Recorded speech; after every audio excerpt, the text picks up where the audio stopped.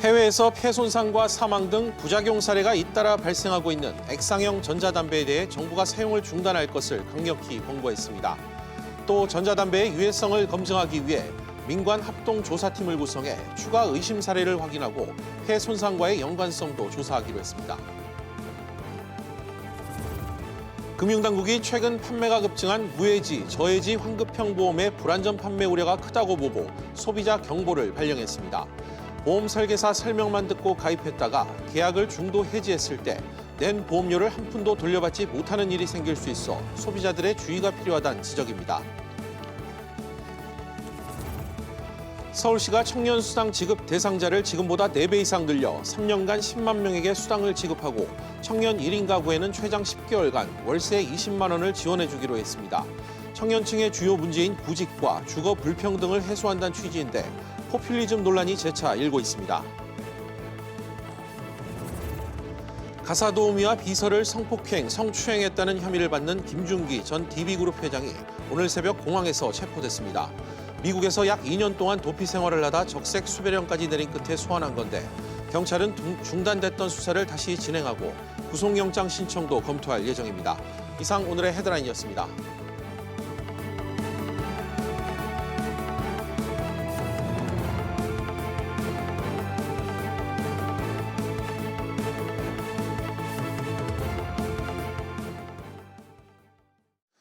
삼성전자가 갤럭시 S10과 노트10의 지문인식 오류와 관련된 소프트웨어 업데이트를 시작했습니다. 이번 조치로 오류 논란이 사그라들지 관심이 모아지는데요. 취재기자 연결해 들어보겠습니다. 권세욱 기자. 네, 권세욱입니다. 네, 삼성전자가 소프트웨어 업데이트를 공지했다고요? 네, 삼성전자는 조금 전 지문인식 이슈 해결을 위한 소프트웨어 패치를 순차적으로 업데이트하고 있다고 밝혔습니다. 이에 따라 갤럭시 S10과 노트 10 시리즈 사용자들은 상단 알림바에서 생체인식 업데이트 알림을 선택한 뒤에 팝업이 열리면 버튼을 눌러 개선하면 됩니다. 다만 지문을 새로 등록할 때 손가락 중앙부를 포함한 전 면적을 사용해야 합니다. 또 문제가 된 돌기 패턴이 있는 전면 커버는 지문 등록이나 인증이 안 될 수 있으니 사용하지 말아야 합니다. 삼성전자는 불편함을 끼쳐 죄송하다며 보안성 강화에 만전을 기하겠다고 말했습니다. 네, 그런데 이 국내 금융권은 물론 해외에서도 갤럭시 S10의 이 지문 인식 기능을 막는 사례가 나오고 있다고요? 네, 중국 언론에 따르면 중국의 양대 결제 서비스인 알리페이와 위챗페이가 삼성 갤럭시 S10과 갤럭시 노트 10의 지문 로그인을 차단했습니다. 해당 폰의 사용자가 서비스를 이용하려고 하면 지문 시스템에 위험이 있으니 비밀번호를 사용하라는 문구가 뜨는 것으로 전해졌습니다. 앞서 중국의 대형은행인 중국은행, 일부 영국은행도 유사한 조치를 내린 것으로 전해졌습니다. 따라서 이번에 삼성이 내놓은 소프트웨어 업데이트로 오류가 방지되느냐에 따라 관련 논란의 확산 여부가 결정될 것으로 보입니다. SBS CNBC 권세욱입니다.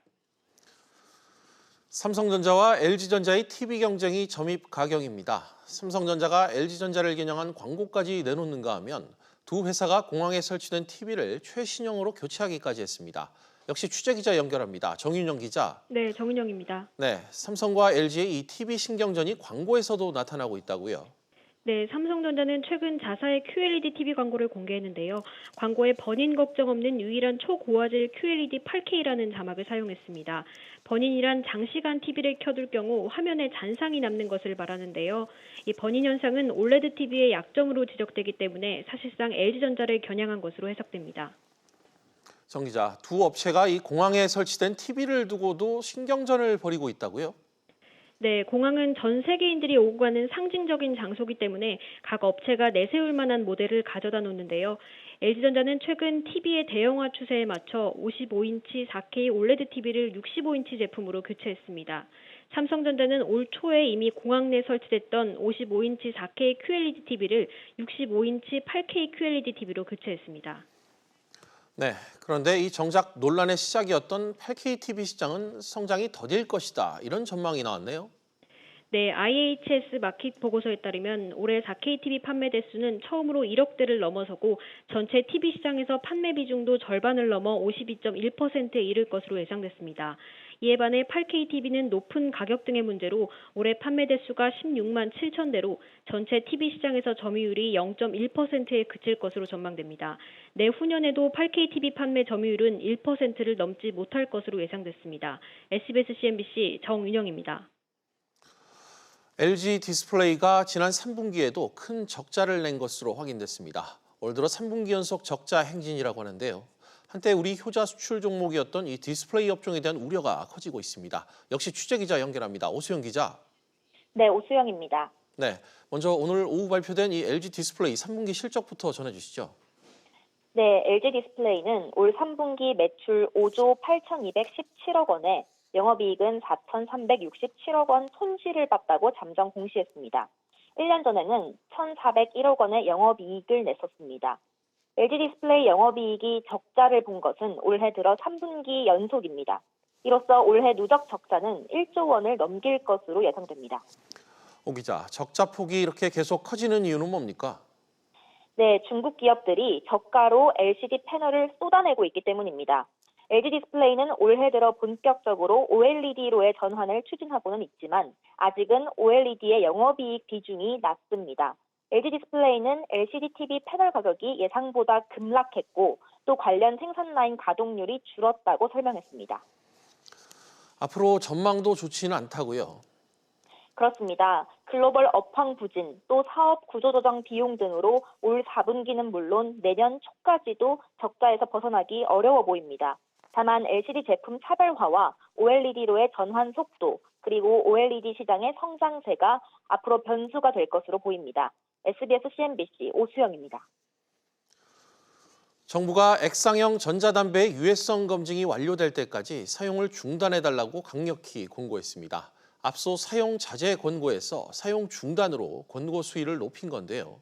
담배 관련 규제 사각지대도 오늘 없애기로 했습니다. 김한진 기자가 보도합니다. 정부가 액상형 전자담배 사용을 멈추라고 공식 발표했습니다.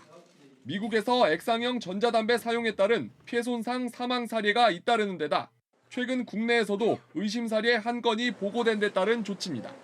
액상형 전자담배 사용과 폐손상과의 인과관계가 명확히 밝혀지기 전까지는 사용 중단을 강력히 권고합니다. 특히 아동과 청소년, 임산부 및 호흡기 질환을 앓고 있는 사람들은 절대 액상형 전자담배를 사용하지 마십시오.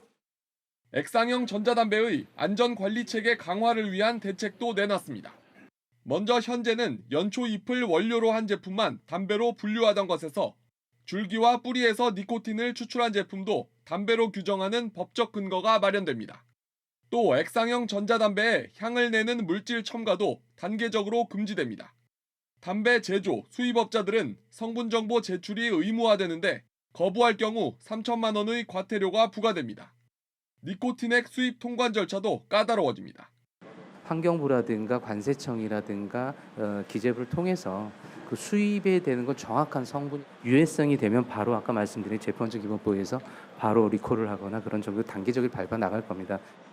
정부는 민관합동 조사팀을 꾸려 중증 폐손상 환자 중 추가 의심 사례를 확인하고 유해성을 분석해 내년 상반기 중 결과를 발표하기로 했습니다. 제품 회수와 판매 금지 등을 위한 근거를 마련하는 유해성분 분석은 다음 달 말까지 완료할 계획입니다. SBS CNBC 김한진입니다. 무해지, 저해지 종신보험 상품 들어보셨습니까? 보험료가 저렴해 이 최근에 불티나게 팔린 보험인데 계약 기간 중 해지하면 해지 환급금을 단 한 푼도 받지 못하거나 적게 받는 것으로 드러나 논란이 커지고 있다고 합니다. 급기야 금융당국이 가입할 때 주의를 하라며 소비자 경보까지 발령했습니다. 정광윤 기자가 보도합니다.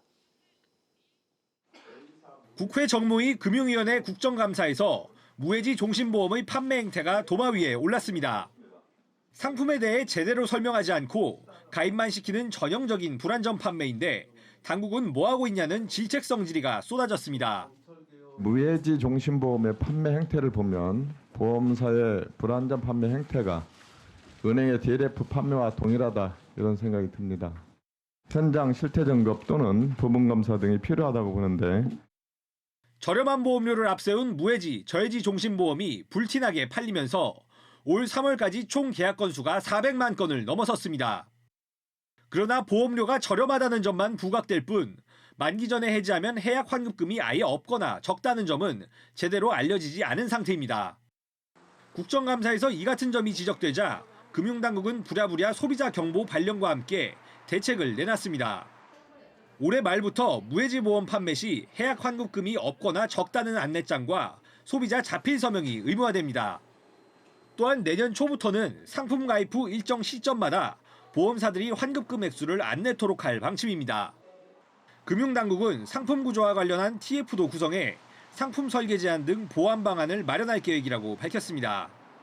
SBS CNBC 정광윤입니다.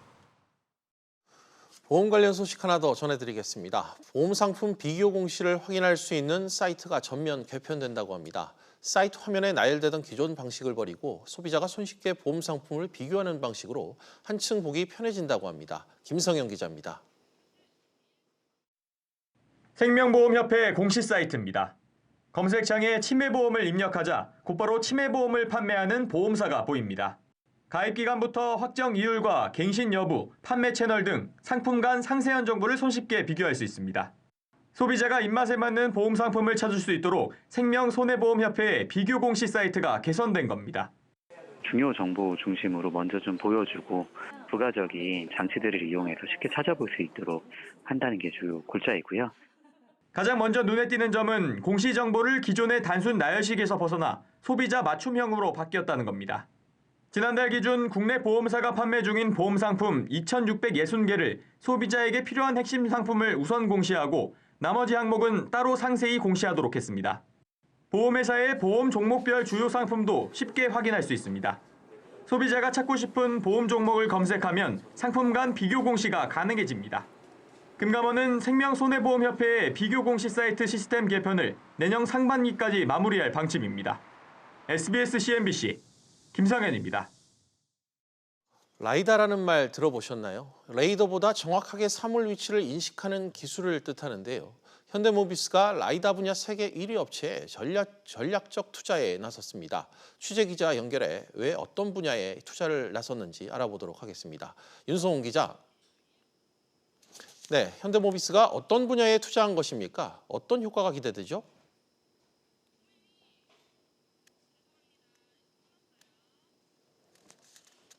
네, 다음 소식 먼저 전해드리도록 하겠습니다. 정부는 경제가 어려우니 돈을 더 풀어 경기 활성화에 나서겠다 이런 입장입니다. 이렇다 보니 나라 빚을 걱정할 수밖에 없는데요. 이런 가운데 과거 정부가 재정 건전화를 꾀하겠다며 국회에 제출한 법안에 대해 3년 만에 정부 스스로 국회 통과에 대한 반대 입장을 정한 것으로 확인돼 논란이 예상됩니다. 정인아 기자가 단독 보도합니다. 기획재정부는 3년 전인 2016년 재정 건전성을 유지하기 위해 국가 채무 비율을 국내 총생산 GDP의 45% 이하, 재정 수지 적자는 GDP의 3% 이하로 유지해야 한다는 재정 건전화법을 국회에 제출했습니다. 예산 씀씀이가 갈수록 확대되면서 나라 빚이 2023년에는 1,000조 원을 넘어설 수 있다는 점이 부각되자 이를 방지하기 위해 마련한 법안이었습니다. 그러나 이 법안은 국회 기획재정위원회도 통과하지 못한 채 3년째 계류 중입니다. 그런데 최근 기획재정부가 이 법안의 국회 통과를 반대하기로 내부 방침을 정한 것이 확인됐습니다. 기재부는 국책연구기관인 한국개발연구원 KDI가 국가재정을 유동적으로 운용할 것을 권고한 점을 근거로 재정건전화법 통과를 반대하기로 한 것으로 알려졌습니다. 이런 상황에서 정부가 재정을 확장적으로 운용하면서 재정 건전성을 우려하는 목소리가 커지고 있습니다. 과거에 한 30조 원 정도의 적자 국채를 발행하던 것이 내년 예산안에는 60조 이상, 2배 이상 늘어나고 있습니다. 경제 위기 때보다도 훨씬 더 확장적으로 재정을 운용하고 있는데 재정 건전성에 상당히 걱정이 많이 됩니다. 특히 기재부가 법안 통과에 반대하는 것은 물론 재정 건전성 기준에 대한 내규조차 마련할 계획이 없는 것으로 파악돼 정부가 나라빚 걱정을 등한시하는 게 아니냐는 지적이 나옵니다. 재정을 늘릴 일이 있으면 재원을 확충을 해가면서 재정 지출을 늘리라. 국가 채무가 너무 급격하게 늘어나는 것을 방지하는 최후의 안전판이라고 할 수가 있겠습니다. 돈을 쓸 계획뿐만 아니라 이를 만회해 재정 건전성을 꾀할 수 있는 계획도 마련돼야 한다는 지적입니다. SBS CNBC 정인아입니다. 라이다라는 말 들어보셨나요? 레이더보다 정확하게 사물 위치를 인식하는 기술인데요. 현대모비스가 라이다 분야 세계 1위 업체의 전략적 투자에 나섰습니다. 취재기자 연결해 어떤 분야인지 또 왜 투자에 나섰는지 알아보겠습니다. 윤성훈 기자. 네, 윤성훈입니다. 네, 현대모비스가 어떤 분야에 투자한 겁니까? 어떤 효과가 기대되죠?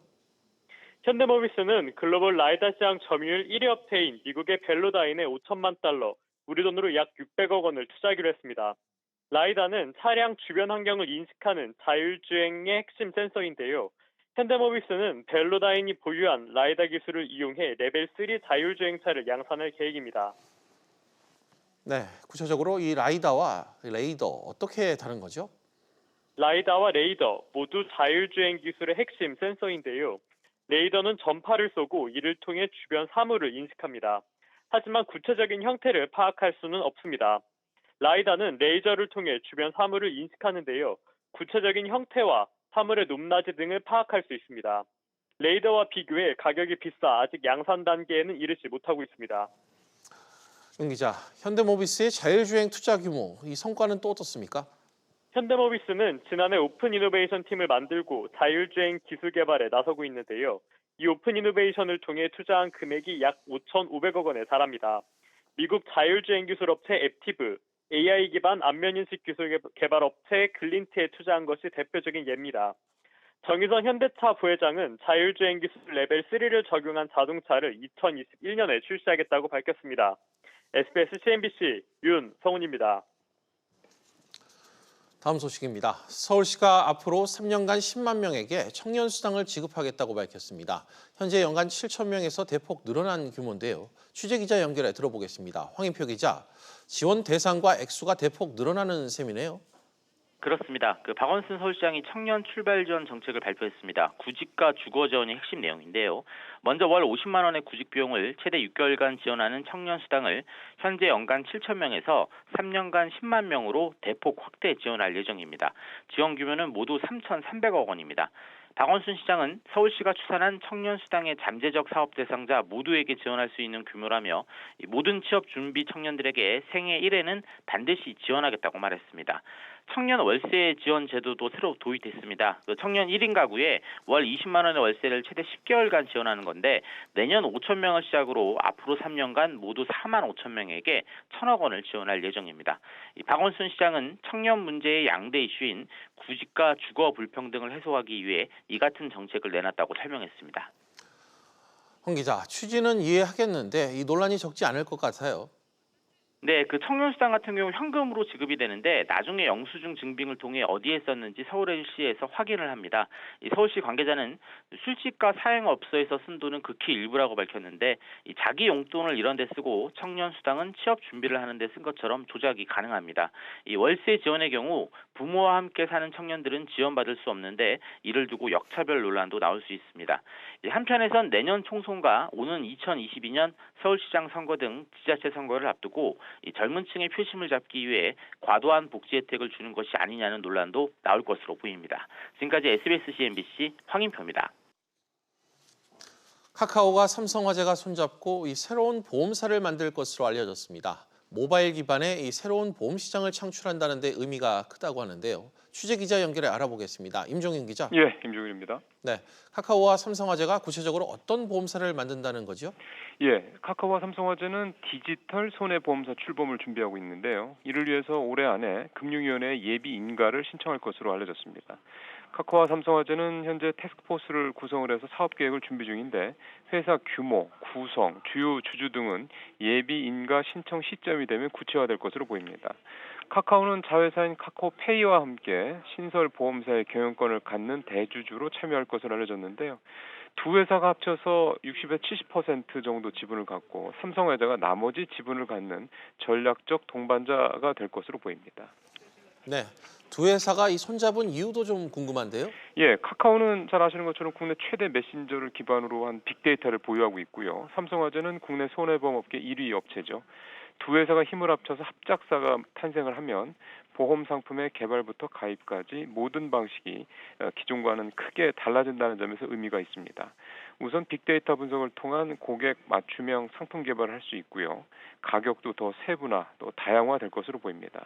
또 모바일을 통해서 쉽게 보험에 가입할 수도 있고 카카오페이 등을 활용해서 보험료 결제도 간편해질 수 있습니다.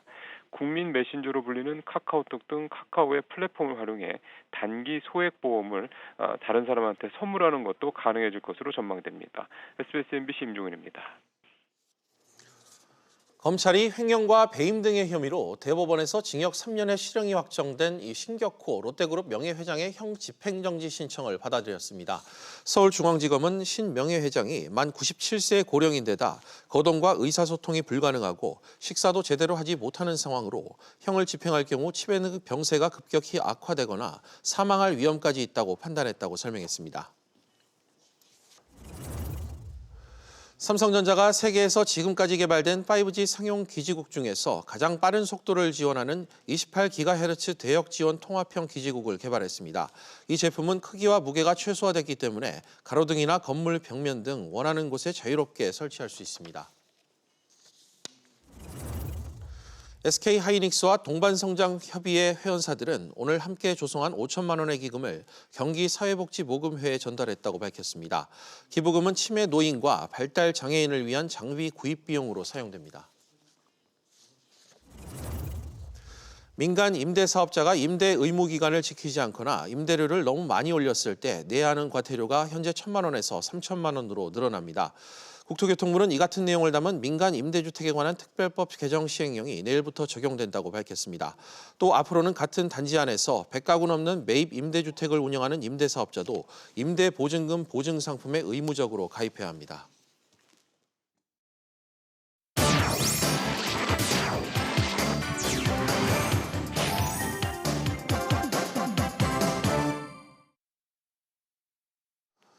주요 이슈를 체크해보는 시간, 이슈체크 오늘입니다. 그럼 먼저 첫 번째 이슈부터 보도록 하겠습니다. 화면 보시죠.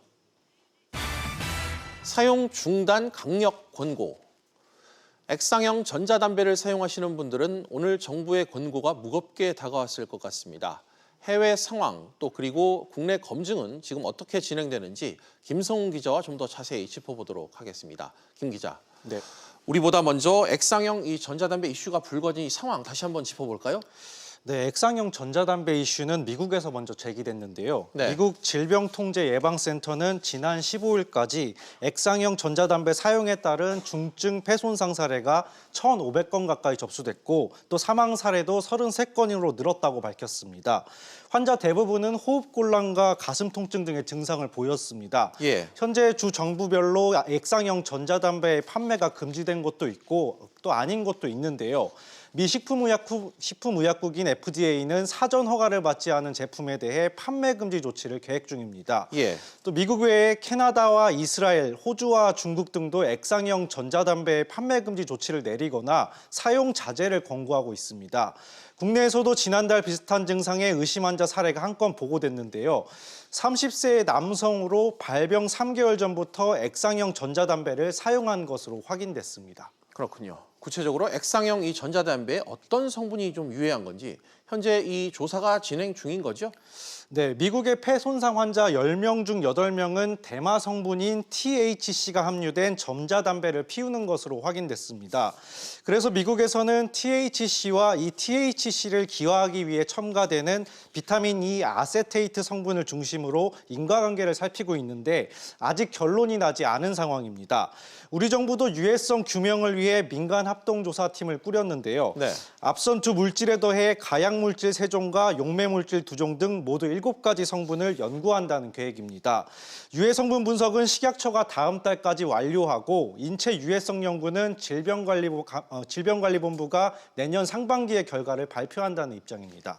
네, 김 기자. 이 담배 제조사 그리고 이 수입업체들은 지금 어떤 입장인가요? 네, 먼저 액상형 전자담배 주를 판매 중인 줄랩스 코리아는 정부의 권고사항과 우려하는 부분에 대해 깊이 공감하고 있다고 밝혔습니다. 그러면서도 유해물질로 지목되고 있는 THC와 비타민 E 아세테이트가 함유된 제품이 없다고 강조했습니다. 또 릴 베이퍼 제품을 판매 중인 KTNG도 유해성 조사를 통해 정부의 정책 방향이 결정되면 성실히 조사에 따르겠다는 입장을 밝혔습니다. 하지만 두 곳 모두 현 단계에서는 자발적인 판매 중단을 검토하고 있지는 않다고 밝혔습니다. 그렇군요. 하지만 오늘 이 정부의 공고는 액상형 이 전자담배에 대한 퇴출 수준이다. 이렇게 해석해도 될까요? 네, 일부에서는 판매 금지나 제품 회수 같은 조치가 당장 취해지지 않은 것에 대해 아쉬움의 목소리도 나오고 있는데요. 하지만 전문가들은 정부의 규제 의지 자체를 일단 높게 평가하는 분위기입니다. 예. 정부는 액상형 전자담배 관리와 규제 관련 법이 미비한 점을 인정하고 법적 근거 마련에 속도를 내겠다고 밝혔고요. 또 법안이 재정비될 때까지 우선은 니코틴액 등의 수입 통관 절차를 까다롭게 하고 전자담배 기기의 불법 개조 등을 집중 단속하며 안전관리에 힘쓴다는 방침입니다. 또 유해 성분 분석을 통해 유해성이 확인되면 이를 근거로 제품 회수나 판매 금지 등 추가 조치를 취할 수 있다고 밝혔습니다. 네, 김 기자 잘 들었습니다. 그럼 다음 이슈로 넘어가겠습니다. 두 번째 이슈입니다. 타지 마세요. 차량 호출 서비스 타다의 영업 금지를 촉구하는 이 개인 택시 운전자들이 오늘 서울 여의도 국회 앞에서 대규모 집회를 가졌습니다. 택시업계와 플랫폼 업계 또 정부의 이해관계가 얽혀 좀처럼 갈등 해결의 실마리를 찾지 못하고 있는 그런 상황인데요. 엄하은 기자와 자세히 짚어보겠습니다. 엄 기자, 먼저 오늘 국회 집회 상황 전해주실까요? 네, 서울 개인택시조합 소속 운전자들은 오후 2시부터 약 1시간가량 타다 아웃을 외치면서 불법 렌터카 여객 운송을 전면 금지하는 법안 발의를 촉구했습니다. 오늘 집회에는 주최 측 집계 15,000여 명이 참여했는데요. 정부와 국회가 조속히 나서야 한다고 강조했습니다. 택시기사들의 목소리 들어보시죠. 운전기사 불법 파견! 불법 타당 처벌하라! 불법 타당! 불법적인 렌트카 여객 운송이 난무했습니다. 타다, 파파 등의 플랫폼사들은 자신의 이익을 위해서 앞뒤 가리지 않고 시대에 맞는 미래형 택시로 나아가야 합니다. 변화를 요구해온 수많은 시민들에게 응답해야 할 때입니다. 엄 기자, 지금 이 화면을 보면 해법을 찾기가 점점 어려워지는 그런 분위기네요. 네, 택시업계는 타다처럼 렌터카를 이용한 여객 운송 영업은 엄연한 불법이기 때문에 전면 금지해야 한다고 주장했습니다. 이를 해결하기 위해 국토부는 지난 7월 플랫폼 운송 사업자는 택시 면허를 사들인 만큼만 서비스를 해야 한다는 내용의 택시제도 개편안을 연내 입법화하겠다고 밝혔는데요. 잠시 누그러지는 듯했던 갈등은 앞서 지난 7일 타다를 운영하는 VCNC 측이 내년까지 차량을 10,000대로 늘리고 서비스 지역도 확대하겠다고 밝히면서 다시 불이 붙었습니다. 택시업계는 물론이고 국토부도 반발했는데요. 그동안의 제도와 논의를 원점으로 되돌리고 사회적 갈등을 재현할 수 있는 부적절한 조치라는 정부 입장이 나오면서 타다는 증차 계획 발표 열흘 만에 연말까지 기다리겠다면서 한 발 물러난 상태입니다. 네, 엄 기자, 지금 이 택시 기존 업계에 이 집중 타깃이 된 이 타다의 입장은 어떻습니까? 네, 타다는 오늘 입장문을 통해 정부가 추진하는 택시와 플랫폼 상생 관계 법안이 충분한 논의와 사회적 합의를 이룬 후 국회에서 발의되길 바란다면서 현재 정부안으로는 택시와 플랫폼의 상생과 공존이 어렵다고 강조했습니다. 또 제대로 된 논의 없이 법안이 추진되면 업계 양쪽 다 실익이 확장될 수 없다고 덧붙였습니다. 정부가 나서서 대화가 이어질 수 있도록 해달라고 했는데요. 택시업계가 받아들일지는 미지수입니다. 네, 그렇다면 상황 앞으로 어떻게 좀 전개가 될까요? 네, 타다 측에서는 대화를 강조하고 있지만 택시업계는 타다가 택시 면허권을 확보해 정당하게 운행하기 전까지는 퇴출 촉구를 지속하겠다는 입장이어서 당분간 갈등은 이어질 전망입니다. 양측의 시각차가 좀처럼 좁혀지지 않으면서 이달 말로 예고된 3차 실무기구 회의도 사실상 어려울 것으로 보이는데요. 국토부는 이달 중 논의를 마무리하고 여객운수사업법 개정안을 정기국회 전 발의한다는 계획인데 향후 일정이 제대로 굴러가지 않을 것이라는 우려의 목소리가 나오고 있습니다. 네, 엄 기자 잘 들었습니다. 계속해서 다음 이슈로 넘어가겠습니다. 세 번째 이슈입니다. 뒤숭숭한 자동차 업계. 르노 삼성차, 한국 GM, 쌍용차 이렇게 세 개의 자동차 회사는 우리 국내 자동차 업계 중간 허리 역할을 담당하고 있습니다. 그런데 이 완성차 세 곳이 최근 생산 절벽에 부딪히면서 생존 위기에 내몰리고 있는데요. 르노 삼성차는 당장 내년 생산 물량 확보도 안 된 상황이라 불안감이 요즘 더 커지고 있다고 합니다. 윤지혜 기자와 이 내용 짚어보겠습니다. 윤 기자, 네. 르노 삼성차의 후속 물량이 지금 불투명한 그런 상황이라고요? 네, 르노 삼성차는 모회사인 르노 닛산 얼라이언스로부터 위탁을 받아서 국내에서 차량을 생산하는 구조입니다. 위탁받는 입장에서는 아무래도 최대한 많은 신차 생산을 미리 계약을 해놓는 게 유리할 텐데요.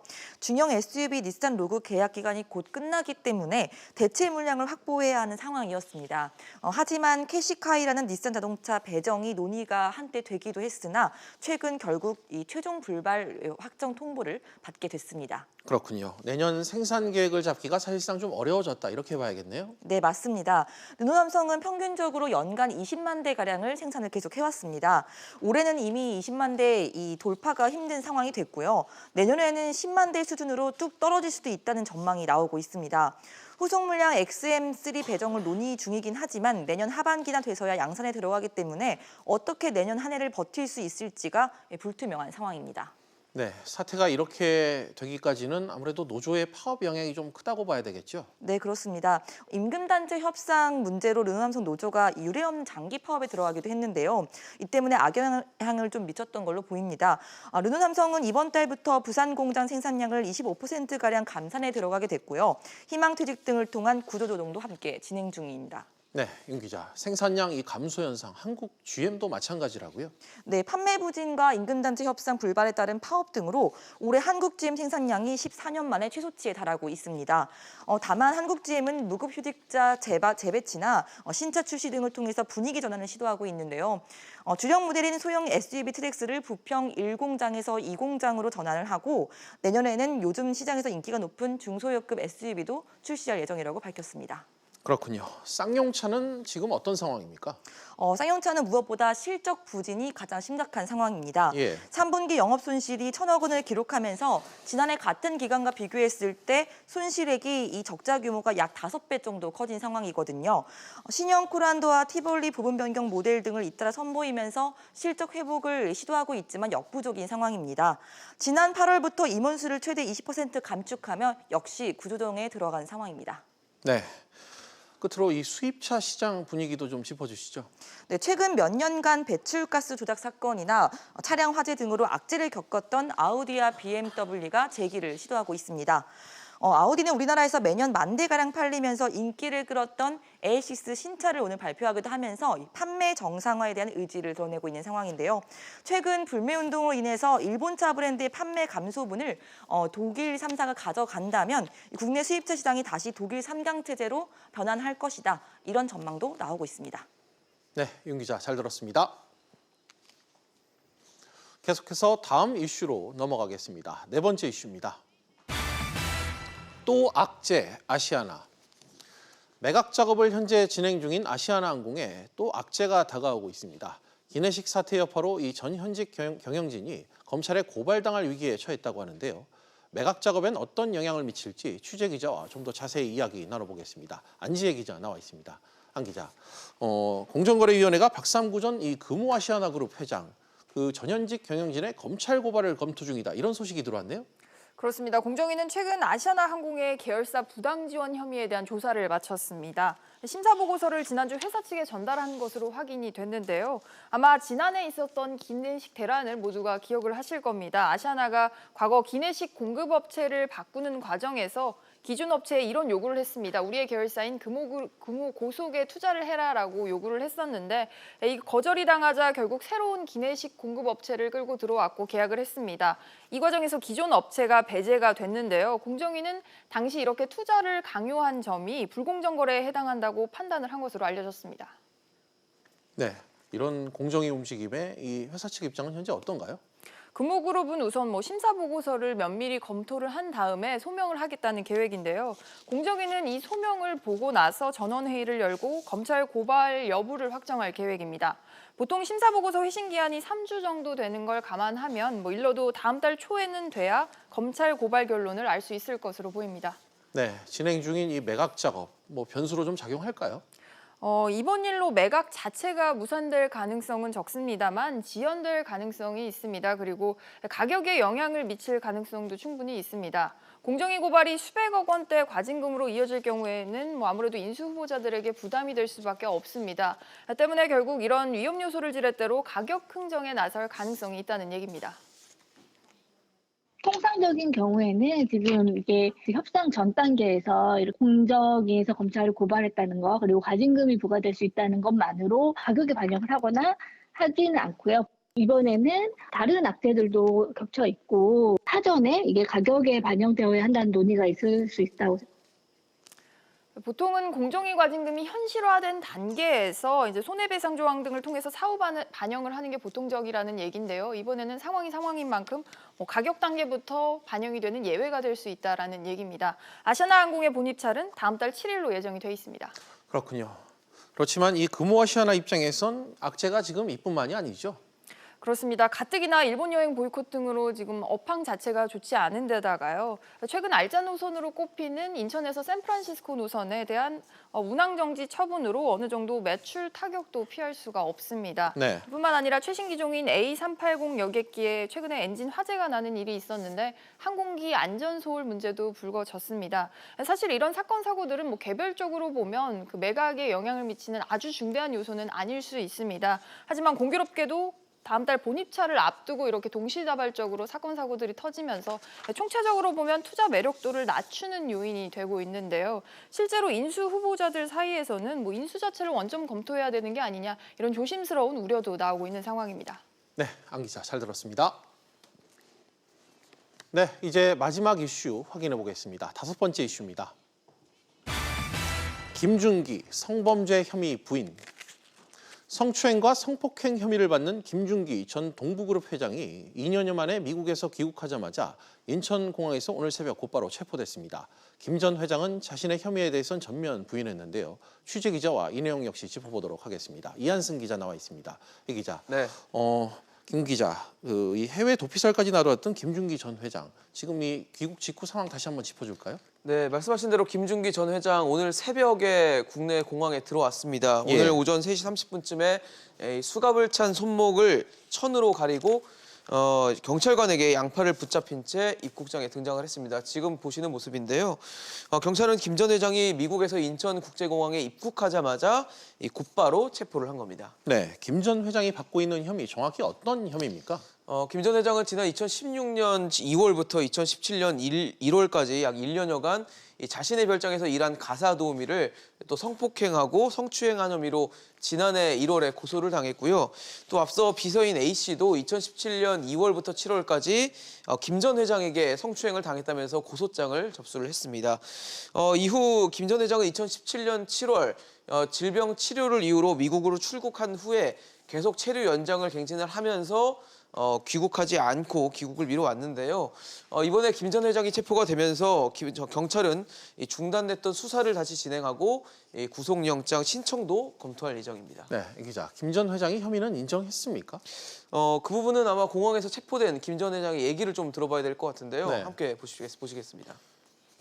사회에 무리를 일으킨 점에 대해서 정말 죄송스럽고 송구스럽게 생각합니다. 사실 그동안 이 김 전 회장 측은 가사 도우미와는 합의를 한 성관계였고 또 비서와는 신체 접촉은 있었지만 강제추행은 아니었다라면서 혐의를 부인해 왔는데요. 이번에도 앞서 보신 것처럼 사과는 하긴 했지만 혐의에 대해서는 일절 인정하지 않는다면서 조사 과정에서 진실을 밝히겠다고 말했습니다. 네. 또 비록 전 회장이긴 하지만 이 DB그룹의 입장 좀 궁금하지 않을 수 없는데요. 네, DB그룹 같은 경우는 특별한 입장은 없다고 했지만 상당히 난처할 수밖에 없는 상황이 됐습니다. 사실 김 전 회장이 DB그룹의 전신이라고 할 수 있는 이 동부그룹의 창업주이기도 하고요. 또 지금은 현장직에서 물러난 상황이지만 이 영향력은 여전하기 때문입니다. 그룹 지배구조의 정점에 있는 DB손해보험의 경우에는 지금 보시는 것처럼 김 전 회장의 아들인 김남호 부사장이 최대 주주를 차지하고 있고요. 김 전 회장도 대주주로 자리하고 있습니다. 그만큼 그룹 이미지 실추가 불가피할 것으로 전망되는 대목입니다. 예. 그리고 김 전 회장의 이름을 딴 DB 김준기 문화재단이라는 이 사회공헌 사업을 하는 재단이 있는데 김 전 회장의 혐의가 유죄가 될 경우에는 이 사회공헌 사업에도 역시 제동이 걸릴 것으로 예상되고 있습니다. 네, 이 기자 잘 들었습니다. 네, 비즈플러스 계속해서 집중 진단으로 이어가겠습니다. 시청자 여러분들도 유료 문자 100원으로 의견 보내주시면 실시간으로 방송에 참여하실 수 있습니다. 샵 3698번으로 많은 참여 부탁드리겠습니다.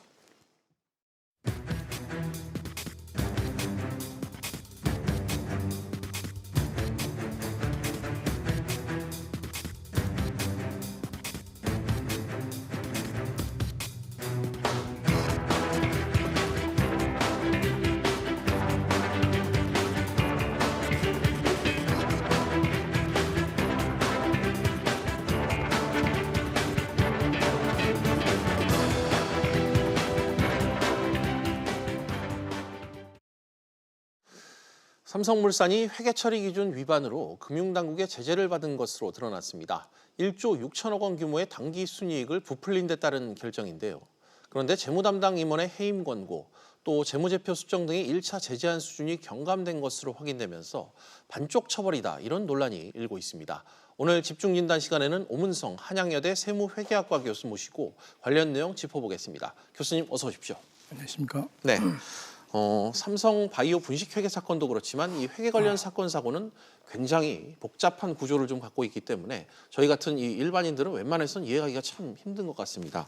우선 이 배경 설명을 좀 듣고 싶은데 이해하기 쉽게 좀 다시 이 사건을 좀 풀어주시죠. 삼성물산이 이번에 1조 6천억의 회계 기준 위배 사고라고 나왔는데요. 내용을 보니까 2007년도 1, 4분기, 2, 4분기, 3, 4분기 네.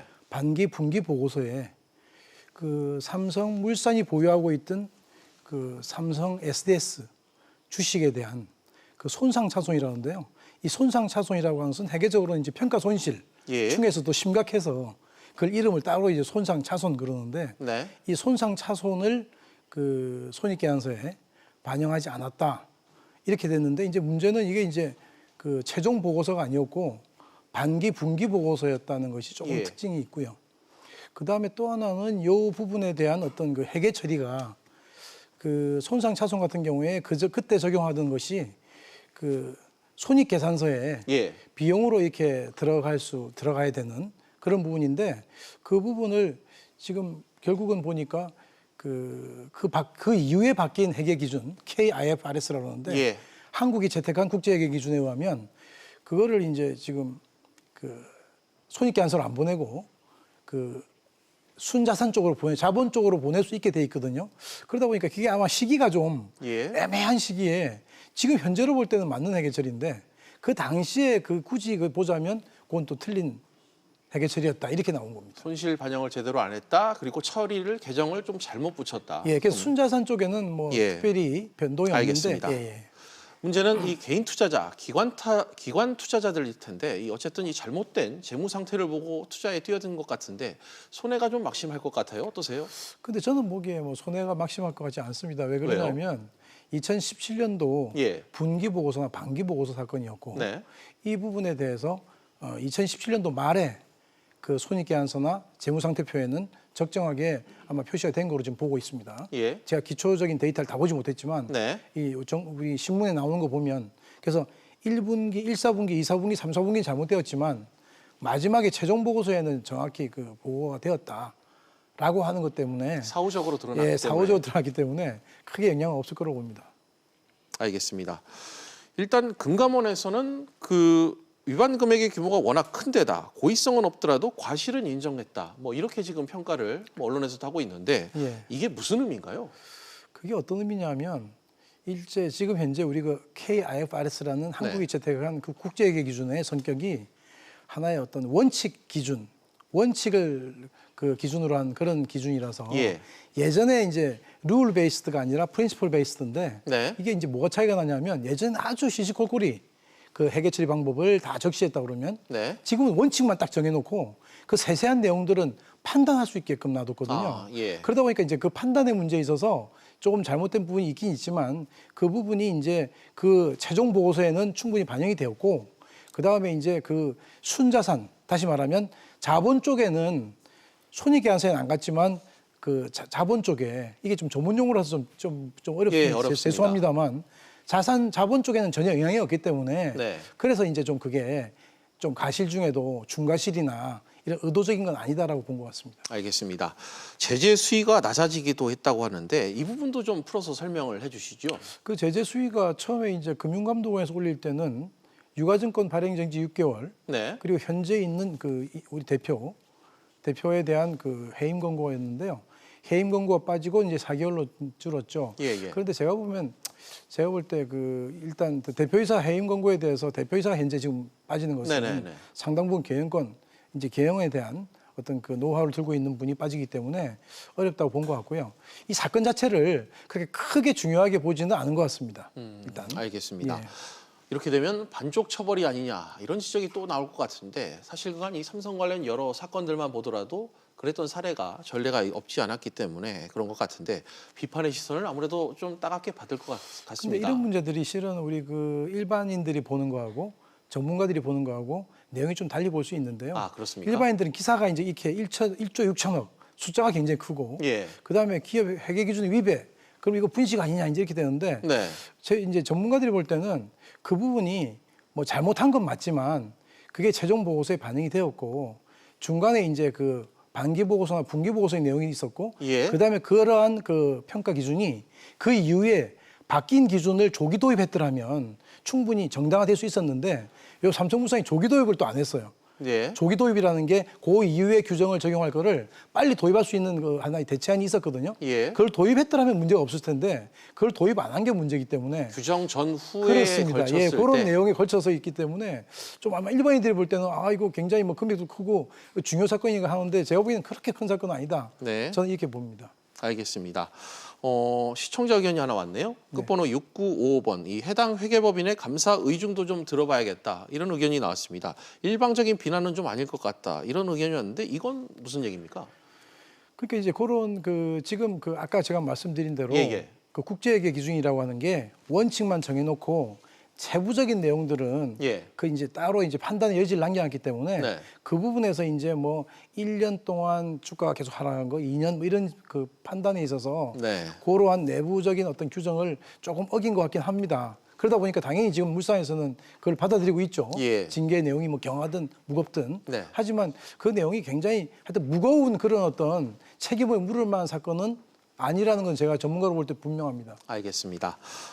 결국 뭐 투명하게 기업을 좀 꾸려나가고 이런 문제를 좀 꼼꼼히 들여다봐야 문제가 좀 일어나지 않을 것 같은데 이 회계 처리 기준과 관련해서 좀 끝으로 한 말씀 좀 해주실 부분이 있다면 한 말씀 부탁드립니다. 그 회계 처리 기준이 예전에 그 룰 베이스드에서 지금 프린시플 베이스드로 바뀌다 보니까 예. 원칙 중심으로 판단할 영역들이 되게 많아요.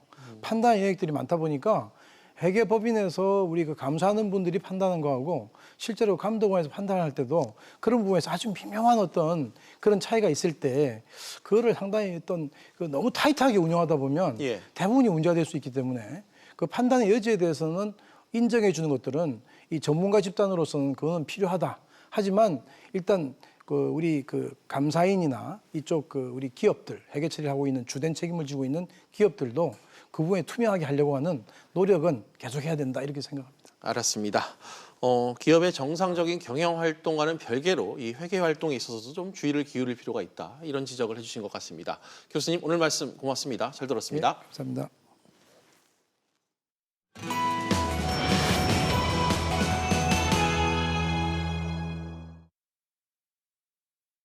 비즈 플러스 오늘은 여기까지입니다. 다음 뉴스는 7시 뉴스 프리즘으로 이어집니다.